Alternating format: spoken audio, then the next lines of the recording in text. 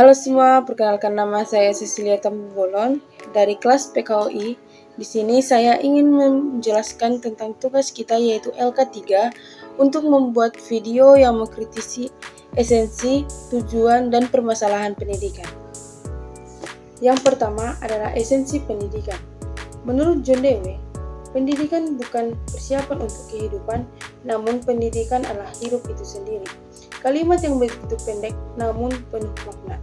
Menjadikan sebuah pendidikan sebagai dari kehidupan, bukan menjadikan pendidikan sebagai persiapan untuk kehidupan. Pentingnya sebuah pendidikan dalam hidup ini tidak harus menjadikan bahwa pendidikan untuk kehidupan kita, namun pendidikan adalah bagian dari hidup itu sendiri. Apalagi saat ini adalah era zaman revolusi yang semuanya serba digitalisasi, sehingga untuk memperoleh pendidikan sangatlah mudah.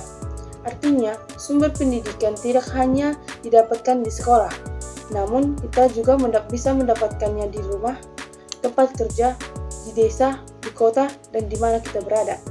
Karena itu, pandai-pandailah kita menggunakan media untuk kita bisa belajar. Yang kedua adalah tujuan pendidikan. Menurut KBBI, pendidikan merupakan proses pengubahan sikap dan tata laku seseorang ataupun kelompok dalam upaya mendewasakan manusia melalui sebuah pengajaran ataupun pelatihan. Tujuan pendidikan nasional adalah mencerdaskan kehidupan bangsa sesuai dengan amanat Undang-Undang Dasar 1945. Oleh karena itu, tujuan pendidikan nasional harus berfokus tentang bagaimana cara untuk mencerdaskan kehidupan bangsa melalui pendidikan. Tujuan pendidikan menurut UNESCO, dalam upaya meningkatkan kualitas suatu bangsa, tidak ada cara lain kecuali melalui peningkatan mutu pendidikan. UNESCO juga merancang 4 pilar pendidikan baik untuk masa sekarang maupun masa depan, yaitu 1. Learning to grow, belajar untuk mengetahui. Yang kedua, learning to do, belajar untuk melakukan sesuatu. Yang ketiga, learning to be, belajar untuk menjadi sesuatu. Yang keempat, learning to live together, belajar untuk hidup bersama. Apa sih tujuan pendidikan di Indonesia? Tujuan pendidikan adalah suatu faktor yang penting dalam pendidikan, karena tujuan pendidikan merupakan arah yang harus dicapai.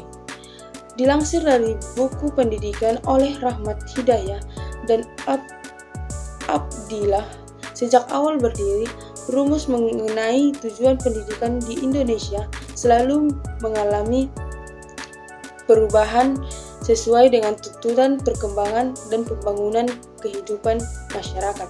Menurut Bapak Pendidikan Nasional, Ki Hajar Dewantara, tujuan pendidikan adalah memenuhi kebutuhan kembang anak. Ini dimaknai sebagai usaha untuk membimbing para peserta didik dengan kemampuan alamiahnya dan tujuan agar seluruh anggota masyarakat dapat mencapai keselamatan dan kebahagiaan tertinggi dalam hidupnya. Yang berikutnya adalah masalah pendidikan. Yang saya ambil contoh masalah pendidikan yaitu pendidikan di Indonesia. Yang pertama, akses terbatas ke pendidikan. Masih banyak anak di Indonesia yang menghadapi kesulitan dalam mengakses pendidikan, terutama di daerah terpencil, pedalaman, atau komunitas miskin.